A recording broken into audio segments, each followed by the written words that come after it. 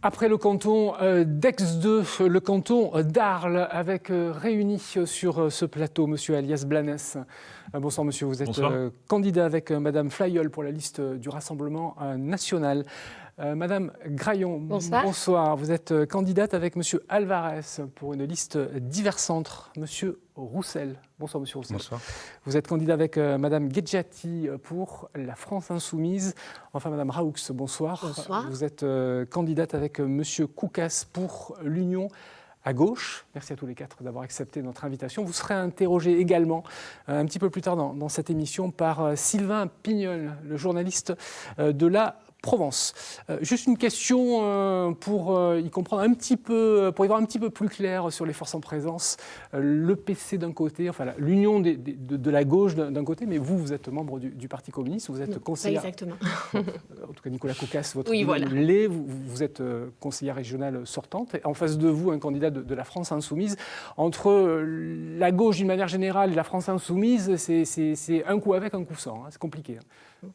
Alors en fait, sur cette élection départementale, nous avons fait le choix avec Nicolas Koukas, Dominique Bonnet et Christian Pancioni d'être les candidats du Rassemblement de la gauche parce qu'il y a eu une volonté au niveau du département de se rassembler pour se donner le plus de chances possible de réaliser la bascule du département à gauche et de pouvoir mener d'autres politiques publiques. Alors j'ai dit union à gauche, alors c'est pas précisé dans l'intitulé de la préfecture, mais il y a les écologistes, Europe Écologie des Verts. C'est le Rassemblement de la gauche, il y a plus de 12 organisations politiques, parmi lesquelles EELV Les Verts, le Parti Socialiste Génération, le Parti Communiste et aussi des associations citoyennes. Cela dit, même si nous avons fait le choix d'intégrer ce Rassemblement de la gauche avec mon binôme Nicolas Koukas, nous considérons que nous n'avons pas d'adversaire à notre gauche. Vous n'êtes pas adversaire du binôme Raoux-Koukas Pas adversaire, concurrent sûrement, mais oui. pas adversaire. Un petit peu adversaire, en tout cas dans les urnes. Et on a des idées un peu plus marquées. Pourquoi est-ce que vous faites cavalier seul ? Alors, de fait, on s'est retrouvés, au point de vue de la campagne, on voulait faire une campagne commune, on va dire, sur les régionales, la départementale et en union de la gauche. Et on a eu les effets, on va dire, des appels jusqu'à la droite de Mme Pécresse, tout sauf la France Insoumise pour l'union de la républicaine, on va dire. Enfin, on l'a vu dans le premier débat, pareil, il y avait une candidate de l'union de la gauche et des écologistes et un candidat de la France Insoumise. Sur le projet, il y a quand même pas de grosses différences. La révocation des élus... le cumul des mandats. Le cumul des mandats. Enfin, bon, on n'est pas sur des compétences directes du département quand même.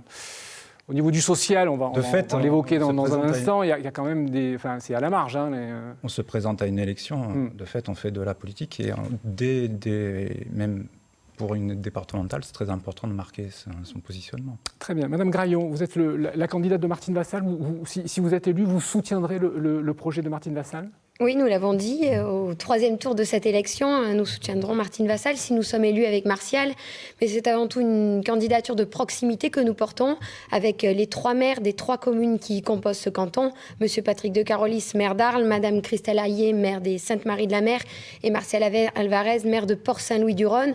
Donc avant tout, cette élection, c'est d'élire des conseillers départementaux qui, au sein du conseil départemental, quel qu'il soit et quelle que soit la sensibilité politique de son président ou de sa présidente, porteront les dossiers de notre territoire. Donc nous ne faisons pas le 3e tour avant le premier. Au premier tour, nous sommes... Il y a marqué divers centres sur... Encore une fois, je reviens sur l'intitulé. Vous savez que la sous-préfecture est obligée d'étiqueter... Divers droite non, on ne peut pas être divers 30 alors que nous sommes encartés ni l'un ni l'autre et nous ne l'avons jamais été. Quand on est proche de la présidente sortante, on est plutôt... Mais nous ne sommes pas proches de la présidente sortante. Nous saluons sa méthode, nous ne saluons pas son étiquette politique. Vous la soutiendrez si vous êtes élu. Parce que la méthode qu'elle a appliquée avec les maires, à l'écoute des maires, à l'écoute des projets des communes, nous convient, mais pas son étiquette politique, simplement son façon de travailler. Monsieur Alias Blanes, vous êtes tout seul. Je posais la même question tout à l'heure à monsieur De Cara. Alors, l'Assemblée nationale n'a pas de problème d'alliance. Comment est-ce que vous l'interprétez ? Parce que vous en cherchez des alliances et puis ça a l'air d'être compliqué. Est-ce que vous considérez que vos adversaires ou éventuellement ceux qui pourraient être proches de vos idées à droite considèrent que vous êtes encore un parti infréquentable ? En soi, on n'a pas dit qu'on recherchait une alliance pour ces élections locales. On a une ligne très claire. On a des idées qui nous sont propres et qu'on ne compte pas diluer justement dans des alliances. Parce que quand vous siégez justement dans une majorité avec des LR, des Républiques, la République En Marche, des guérinistes, en fait, en soi, vous ne pouvez pas appliquer votre programme. Vous visez qui, là ? En fait, en soi, tous les candidats qui vont siéger dans une majorité vassale, parce qu'ils ne pourront pas appliquer leur programme, ils seront un peu à la merci de Madame Vassal, mais vous citez des guérinistes, mais des guérinistes, il y en a sur les listes de Martine Vassal, mais il y en a aussi sur la liste à gauche. Hein. Mais oui, mais en soi, si vous voulez, nous on a une ligne très claire, on n'a pas d'alliance, donc on pourra appliquer notre programme de A à Z. C'est ce que nous disons. Juste un mot sur l'actualité. Vous avez été victime d'une agression très sévère alors que vous faisiez campagne. Votre camarade avec qui vous affichiez a été à l'hôpital, hospitalisé. Bien sûr. Bon, est-ce que cette campagne est en train est-ce que vous sentez un climat délétère, proche d'une hystérisation, ou voilà, vous estimez que c'est un épiphénomène ? En soi, pour vous dire, moi, ça fait 7 ans que je suis au Rassemblement national et que je milite. J'ai eu au moins une vingtaine d'agressions, même à mon domicile. J'ai dû déménager déjà une fois. C'est pas la première fois que je vais à l'hopital. Donc, si vous voulez, c'est quelque chose qui est assez constant. C'est le Rassemblement national, à votre avis, qui est clairement visé ? Mais on sent que ça monte crescendo quand même. C'est la deuxième agression. Il y a déjà eu une à Bariol. Cette fois-là, était plus gravissime. Et c'est vrai que, en soi, en termes de sécurité, même globalement, quand je discute avec les personnes, ils ne se sentent pas en sécurité. Vraiment. Vous condamnez tous cette agression, Évidemment, nous-mêmes, on est visés par des menaces de mort. Donc, évidemment.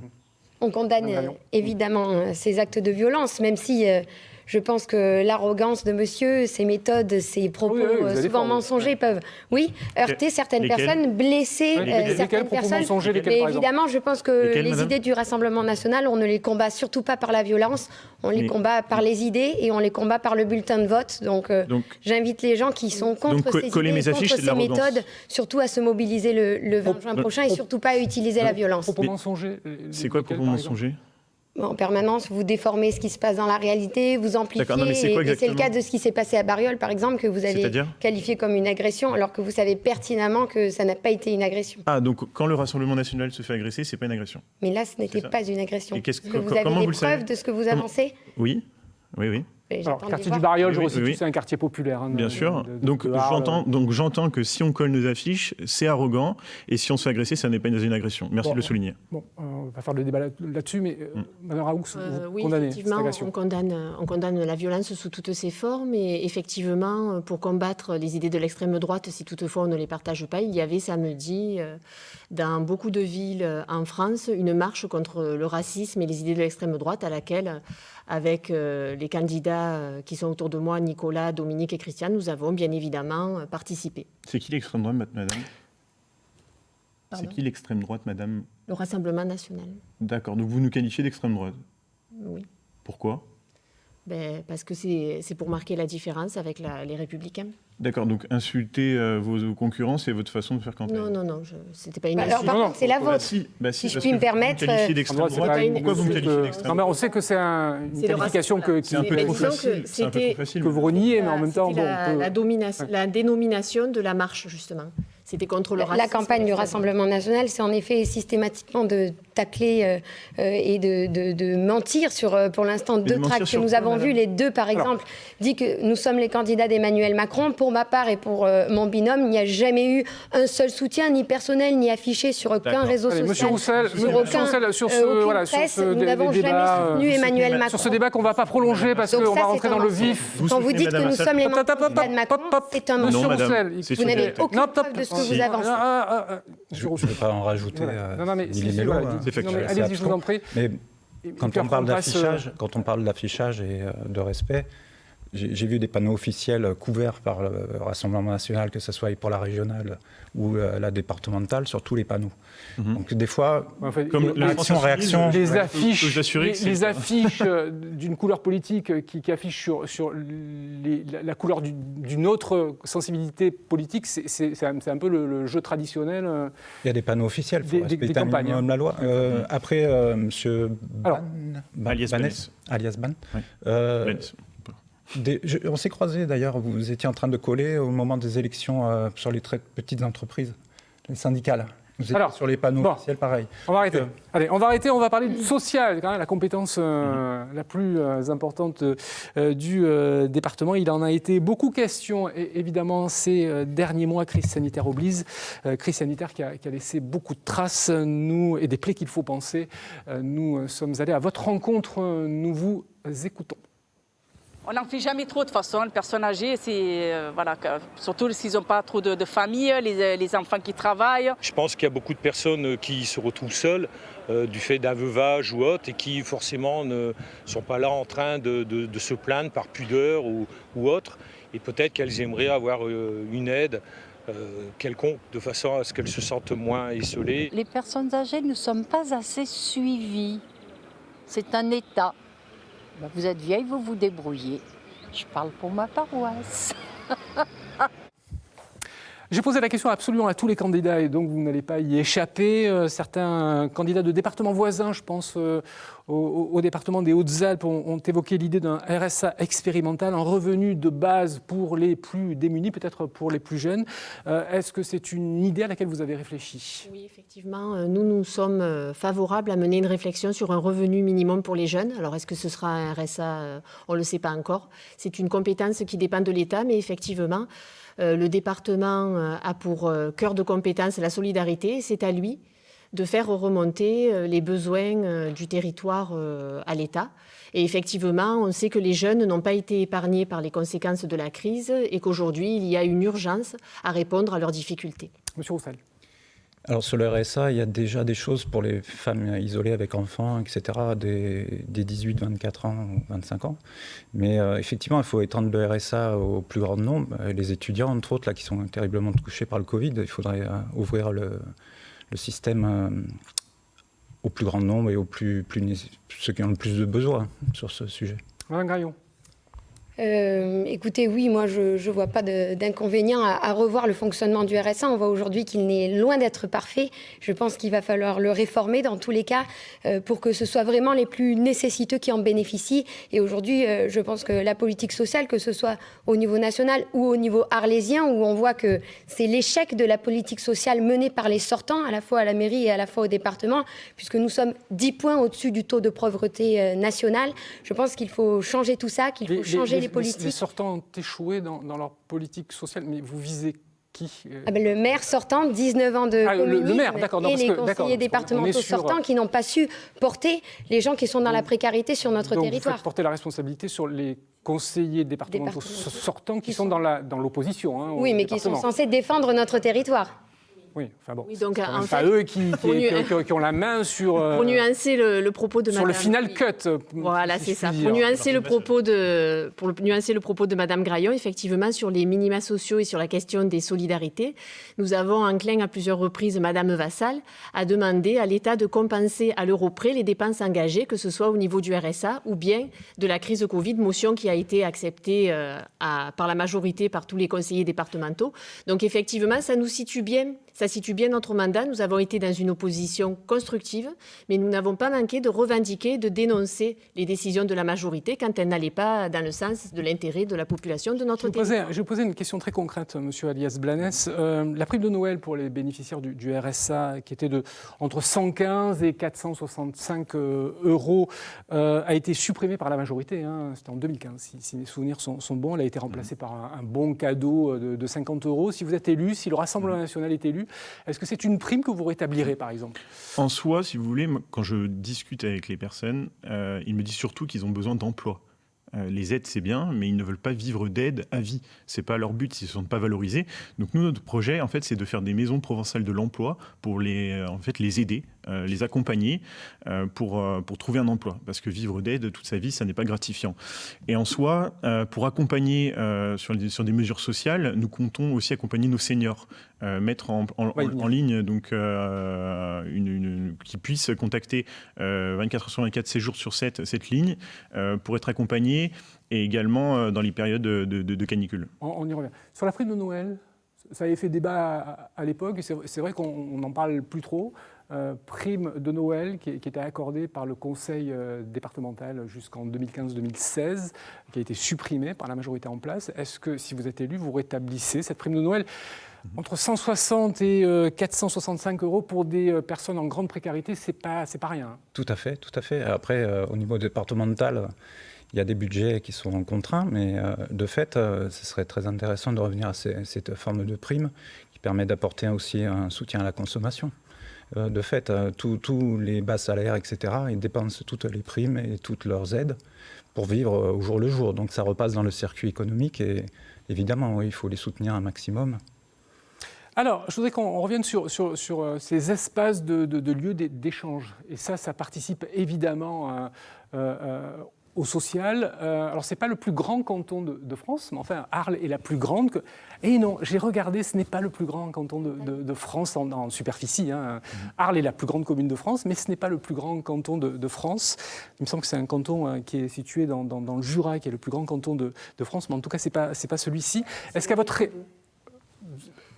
Absolument, on va dire ça. Est-ce qu'à votre avis, sur les lieux de rencontre, des espaces d'accueil qui peuvent assurer le lien sur ce territoire qui est extrêmement étendu, il faut aller plus loin ou voilà, aujourd'hui on est plutôt dans un maillage qui est efficace? Madame Graillon.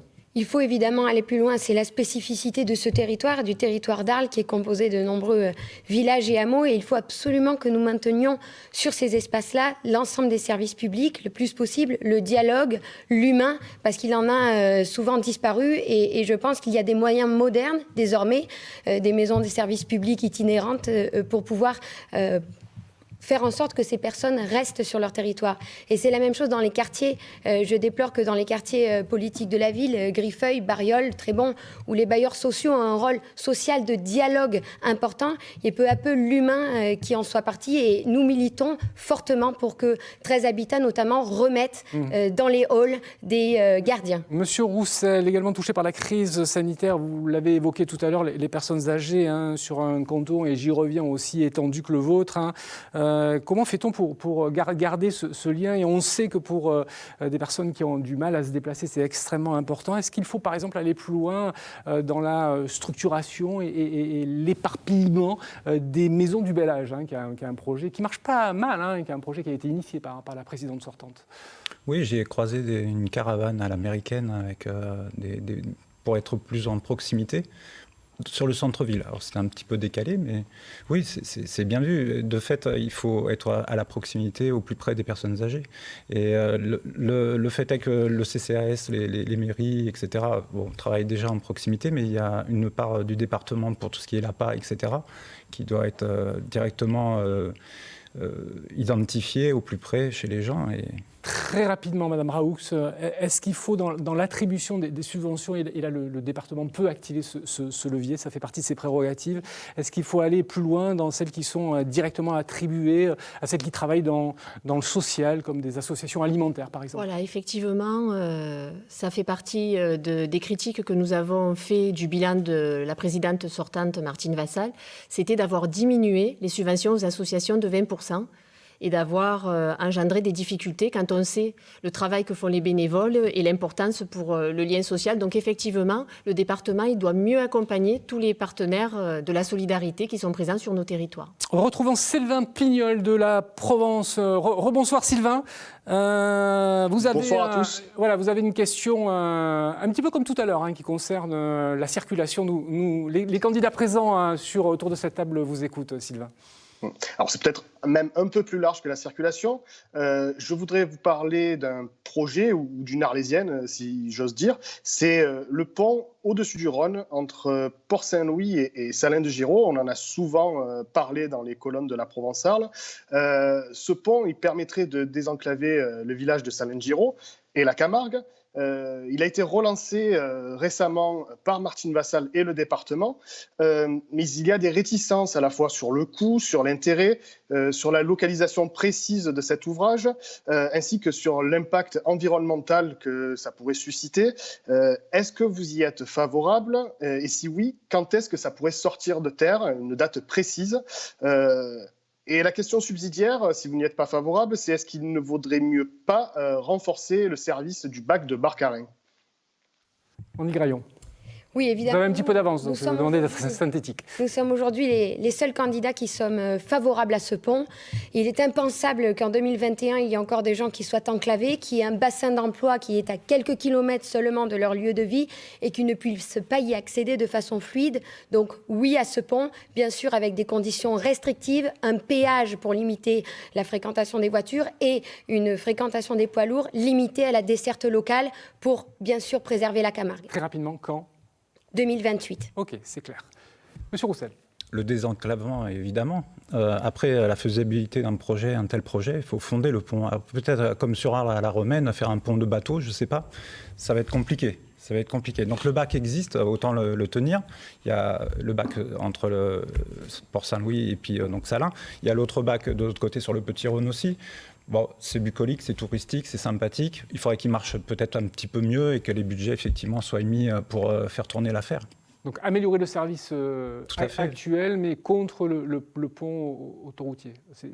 Après, il y a un pont autoroutier. Je résume votre pensée.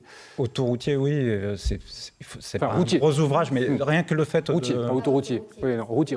Du projet, la faisabilité du projet, c'est compliqué. Hein. Il faut pouvoir le fonder, ce pont. Avec des... Est-ce qu'il y a des rochers en dessous? Non, parce qu'on le voit sur le projet sur Arles, le pont autoroutier d'Arles, c'est compliqué. Donc c'est non. Donc on ne vous demandera pas quand, puisque c'est non. Madame Raoux. Alors moi, je vais être très claire sur ce dossier. Je pense qu'il ne faut pas... Un dossier extrêmement important pour le territoire. Il ne faut pas prendre les Saliniers et les Port-Saint-Louisiens pour des imbéciles, pour des idiots. Port-Saint-Louis qui fait partie de la commune d'Arles, on est bien d'accord. Non, Salins de Giraud. Salins de Giraud, pardon. Voilà. Pardon, oh là là, oui. On entend parler de ce pont depuis les années 80. Je pense que s'il ne s'est pas fait, c'est qu'il y a des raisons. En attendant, avec Nicolas, nous avons voté pour le lancement des études. Et avant de nous positionner, pour nous c'est une question d'honnêteté de ne pas promettre ce qui n'est peut-être pas réalisable, attendons de voir le résultat des études, attendons de voir si le pont peut se faire en lieu et place du bac de Barcarès, avant de prendre une position, surtout quand on sait que nous sommes quand même sur un milieu naturel sensible et que le parc naturel régional de Camargue et ses nombreux acteurs auront leur mot à dire sur ce type d'équipement. En attendant, depuis 2015, la majorité de Martine Vassal a complètement déstructuré le service public des traversées du Rhône, baisse de budget, je ne parle même pas du désengagement de la région, jusqu'à remettre en cause la gratuité pour les droits de passage des habitants. Donc je pense que l'urgence sur ce dossier, c'est que de permettre à la population de ce bassin de vie de retrouver un service public des traversées du Rhône. Monsieur Alès, on a compris que c'était oui, mais il faut consulter, étudier. Voilà. C'est un peu trop tôt pour promettre, je pense. Monsieur Alias Blanes. Oui, alors comme vous l'avez souligné, en fait, c'est une promesse qui est à chaque fois remis un peu sur le couvercle. Si Madame Vassal voulait le faire, elle aurait pu déjà le faire. Elle n'a pas voulu le faire, donc refaire une énième promesse, c'est un peu endormir les gens. Moi, je pense qu'il faut faire un référendum d'initiative citoyen, c'est-à-dire consulter directement les habitants, parce que ce sont les premiers concernés. Ne pas aller leur dire on va le faire, on ne va pas le faire, mais leur demander leur avis. Et en fait, voilà, on fait un référendum. Je sais qu'en France, on ne fait pas trop de référendums, mais je pense que ça ferait du bien à la population. Et en soi, s'ils votent pour oui, le faire, tout simplement. Ça fait partie de vos propositions. Tout à fait. Attendez, Alias Blanes, qui a déjà eu un référendum en 2003, qui a 86% des Saliniers se sont prononcés en faveur du pont, mais ça n'a donc pas fait avancer plus vite. 2003, il y a une génération déjà qui est... Le fait qu'il y ait un référendum n'est loin d'avoir fait avancer le projet. Donc je pense que c'est une vraie proposition. Ah si, tout à fait. Le référendum, c'est une vraie proposition et c'est la démocratie, madame. Et ça a déjà eu lieu. En 2003, oui, il y a 18 ans, madame. Pour preuve, ça n'a pas fait avancer le dossier. Donc vous consulterez la population, vous faites une promesse que Madame Vassal... S'il vous plaît, Monsieur Alias Blanes, vous consulterez la population et en fonction de la réponse, vous ferez ou vous ne ferez pas. On est bien d'accord? C'est bien ça. Oui. D'accord. Et Parce c'est que une consultation- ce sont les premiers à être concernés, donc ça, c'est à eux de décider. Et vous consulterez que les Saliniers ou l'ensemble des Camarguais ou l'ensemble des Arlésiens? C'est une bonne question. Ouais, bien Je sûr, vous remercie bien d'avoir sûr, posé. bien sûr. Bah, Bien sûr, forcément sur bien le sûr. résultat. Alors on Bien vous sûr, écoute. tout à fait. Je pense que c'est avant tout les... Voilà, les- Monsieur Blanet, c'est un peu de retard, donc laissez-le terminer Merci. sa réponse, s'il vous Merci, plaît. monsieur. Je pense que les premiers impactés, ce sont les habitants de Port-Saint-Louis et de Salins-de-Giraud. Ce sont vraiment les premiers impactés, ce sont les personnes concernées. Donc on concentre le référendum sur cette population-là. Tout à fait. D'accord. Il y a combien d'habitants? À peu près 9000. À peu près 9000. C'est terminé pour ce soir. Ben oui, ça passe vite, c'est comme ça. En tout cas, je pense qu'on a eu vraiment un aperçu des projets des uns et des autres. Je vous remercie beaucoup d'avoir accepté notre invitation. Merci beaucoup. Voilà. Je vous rappelle que les élections régionales et départementales, c'est extrêmement important. C'est une collectivité majeure, il ne faut surtout pas l'oublier. Ce sont les 20 et les 27 juin prochains. Merci bien. Merci beaucoup. Vous avez la possibilité, avec votre téléphone portable, le QR code qui apparaît sur votre écran, d'avoir un dossier complet sur ce canton. Merci, très bonne nuit avec nous sur la 3. Merci de votre fidélité. Au revoir.